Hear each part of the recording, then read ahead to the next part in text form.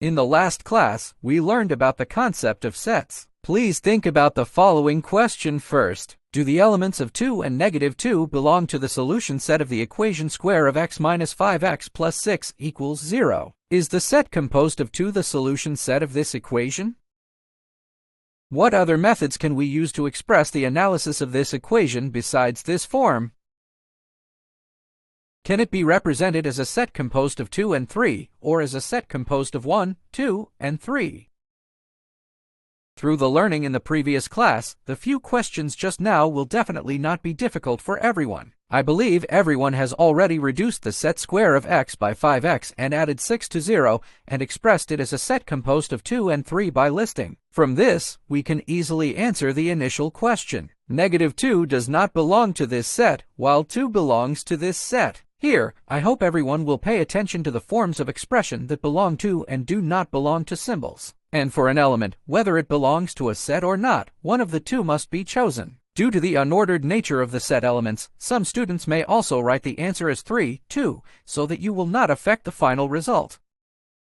Let's take a look at this equation again. On the left side, we use descriptive methods to represent this set, and on the right side, we use the enumeration method to represent this set. What is the basis for choosing descriptive method or enumerative method? I believe everyone already has their own answer. If we use the enumeration method, the elements are definitely more direct and can be listed one by one, so we can represent this set very intuitively. When the number of elements in a set is infinite and we cannot list them one by one, we should definitely use the common features of the set to represent it. Then we will choose the descriptive method. For this question, one can use the enumeration method to represent the solution set of this equation, which is very intuitive, or use the descriptive method to see the essence of the set, that is, the elements 2 and 3 come from the solution of this equation. In fact, we can discover the characteristics of two methods. Although the enumeration method is intuitive, it cannot reveal the essential features of the set, so we often choose descriptive methods to represent sets. We have determined the relationship between elements and sets. So please think about it. What is the relationship between the set of two components and the solution set of this equation? We know that there is an equality and magnitude relationship between two real numbers, such as 5 equals 5, 5 is less than 7, 5 is greater than 3, and so on. In the last class, we also learned about integer sets, which can be expressed as odd orders and total sets. Is there a similar relationship between two sets, similar to real numbers? Now, by exploring the above issues, we are about to start learning new knowledge. Please observe the following examples first. Analogous real numbers have equality and magnitude relationships. Can you find the relationship between the following two sets? The first group, A, is a set composed of 1, 2, and 3, and B is a set composed of 1, 2, 3, 4, and 5. The second group, C, is a collection of all female students from Class 1 and Class 2 of Light High School, and D is a collection of all students from this class. The third group consists of a set of triangles with two equal sides, E, and a set of isosceles triangles. After reading a few examples, please think about these questions. From which perspective do you analyze the relationship between each set of two sets? Please summarize the common characteristics of the three specific examples mentioned above using the language of sets. What are the differences between the relationship between the two sets in the first two sets and the relationship between the two sets in the third set among the three sets mentioned above? I believe it is not difficult for everyone to notice that in the first set, A is composed of 1, 2, and 3, while B is composed of 1, 2, 3, 4, and 5. Any element of set A is an element of set B. At this point, we say that set A is contained within set B, and set B contains set A. In the second group, C is a collection of all female students from Class 1 and Class 2 of Light High School. D is the collection of all students in this class. There is also this relationship between set C and set D. We define this relationship as follows. Generally, for two sets A and B, if any element in set A is an element of set B, then set A is called a subset of set B. Note that A is included in B or B contains A. Please note that this symbol represents that A is a subset of B, so it contains both a symbol and a symbol, with the opening facing towards B also. Please pay attention to its difference from the symbol we learned in the previous class. And this symbol is pronounced as a contained within B or B contains A. That's where we can answer the questions left during class. The set consisting of 2 is a subset of the solution set of the equation we just solved. In mathematics, besides using symbolic language to express such relationships, we often use the interior of closed curves on a plane to represent sets. This type of diagram is called a Venn diagram. In this way, the inclusion relationship between set A and B can be represented in the following diagram. By comparing this graph, we can intuitively see that any element in set A is in set B, which means that set A is a subset of set B. That is, set A is included in set B, or set B contains set A. The Venn diagram is used to illustrate the relationships between different sets and is often used to help derive some rules for set operations in the next section. Its biggest advantage is its intuitiveness, reflecting the idea of combining numbers and shapes, and it can also serve as an important auxiliary tool for everyone to learn about the collection chapter. In the third set of examples, since a triangle with 2 equal sides is an isosceles triangle, the set and E, F are both sets composed of all isosceles triangles. Any element in set E is an element in set F. At the same time, any element in set F is also an element in set E, so that the elements in set E and set F are the same. Let's add a definition between these sets. Generally, if any element of set A is an element of set B, and any element of set B is also an element of set A, we call set A equal to set B, denoted as set A equals set B. That is to say, set A is included in set B, and set B is included in set A. We can then obtain. After defining the relationship that sets A are equal to sets B, let's take a look at our first set of examples again. The set A is included in the set B, but the element 4 belongs to the set B and not to the set A. Let's define this set relationship as follows. The general set A is included in the set B, but if the element X belongs to B and X does not belong to A, then the set A is called a true subset of the set B, denoted as A truly included in B, or B truly includes A. Please be careful that the writing of this symbol is different from the symbols we include. Let's review the example from earlier and reinforce our own concept. A is a set composed of 1, 2, and 3, while B is a set composed of 1, 2, 3, 4, and 5. Suddenly, it is discovered that set A is included in set B, but 4 belongs to B and 4 does not belong to A. This satisfies the definition of a true subset, so we call set A a true subset of set B. Through the study of the concept of true subsets just now, it is not difficult to find that the elements contained in a set determine the relationship of set lines. So please think about it. How should we define a set if it does not contain any elements? For example, the equation x plus 1 equals 0 and has no real roots, so the set of real roots of the equation x plus 1 equals 0 is such a set, which does not contain any elements.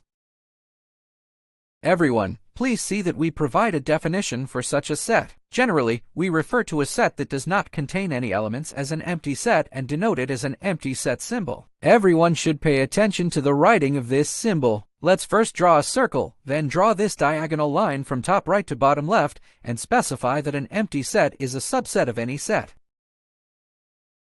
Now, please think about the difference between 0, a set composed of zeros, and an empty set. What kind of relationship will they have? In this question, 0 is an element, and the last 2 are sets. So there are 2 types of relationships in this question. Please pay attention to the relationship between elements and sets, as well as the relationship between sets. The element is what we learned in the class on the concept of sets, so its relationship with sets can only be represented by 2 symbols, belonging and not belonging. And the latter 2 sets need to be represented using the inclusion, true inclusion, or equality we learned in today's lesson. From the knowledge in the previous class, we should know that 0 belongs to the set composed of zeros. From the perspective of an empty set, it does not contain any elements, so 0 should not belong to the empty set. We have distinguished the relationship between elements and sets. Let's take a look at the relationship between 2 sets again. The former contains the element 0, while the latter does not contain any elements, and based on the properties of an empty set, we know that an empty set is a subset of. So we can come to this conclusion. Of course, some students may say that an empty set is a true subset of this set, and I think it is also possible, that is, an empty set is truly included in a set composed of zeros. Please carefully observe the issues that arise in this question, including whether they belong, do not belong, are included, and are truly included. Everyone must use the symbols of these two types of relationships correctly when doing exercises to avoid errors. Then let's continue. After learning the concepts of true subsets and empty sets, please consider the following question. What is the difference and connection between subsets and true subsets? What is an empty set? Please give some examples of empty sets. Compared with the conclusion in real numbers, if A is greater than or equal to B and B is greater than or equal to A, then A is equal to B. What is your understanding of the basic relationships between sets? Based on other conclusions about substantive relationships, what conclusions can you infer between sets? I believe everyone already has their own answer. By analogy with the real number relationship, it is not difficult to derive the following conclusion from the basic relationship between the above sets. Any set is a subset of itself, that is, A is included in A. For sets A, B, and C, if A is included in B and B is included in C, what kind of conclusion would everyone have? I believe everyone has their own answer. Here, I use the Venn diagram to help you visually present the relationship between three sets. So we can naturally conclude that A is included in C, and A is a subset of C. Let's consolidate today's learning through a few examples. Please take a look at example 1. Write down all subsets of the set consisting of A and B, and indicate which ones are its true subsets. I suggest that everyone pay attention to the number of subset elements when listing. I suggest everyone to list from few to many, so as to ensure that our columns are not heavy or incomplete. As for this question, what is the starting point for considering the number of geometric subsets included? What is the minimum? Could it be 0? How many at most? Could it be 3? I believe everyone has their own answer. If the number of elements is 0, then the subset is an empty set. Because an empty set is a subset of any set, don't forget to write about it when we encounter similar problems in the future. If the number of elements is 2, then the subset is the set itself composed of A and B. So the maximum number of elements in its subset can only be 2, not 3. Therefore, the number of subset elements can only be 0, 1, 2, or 3. Based on this principle, I believe I have also obtained my own answer. All subsets of this set are empty sets, including the set composed of A, the set composed of B, and the set composed of A and B. According to the definition of a true subset, except for the last set, the other three sets should be true subsets of the original set. I want to use this example to further clarify the concepts of subsets and true subsets. Please refer to example 2. Determine whether set A is a subset of set B among the following characteristics and explain the reasons. A is a set composed of 1, 2, and 3, and B is a set composed of divisors of 8. The second question is that A is a set composed of rectangles, and B is a set composed of two parallelograms with equal diagonals. I believe everyone has noticed that because 3 is not a divisor of 8, set A is not a subset of set B. Let's take a look at the second set of two sets, because if X is a rectangle, then X must be two parallelograms with equal diagonals, so set A is a subset of set B.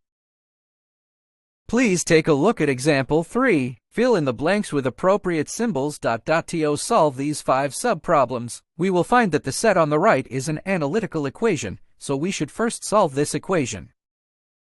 Because the solution set of this equation can be represented as a set consisting of 0 and 1, 0 belongs to this solution set, and -1 does not belong to this solution set.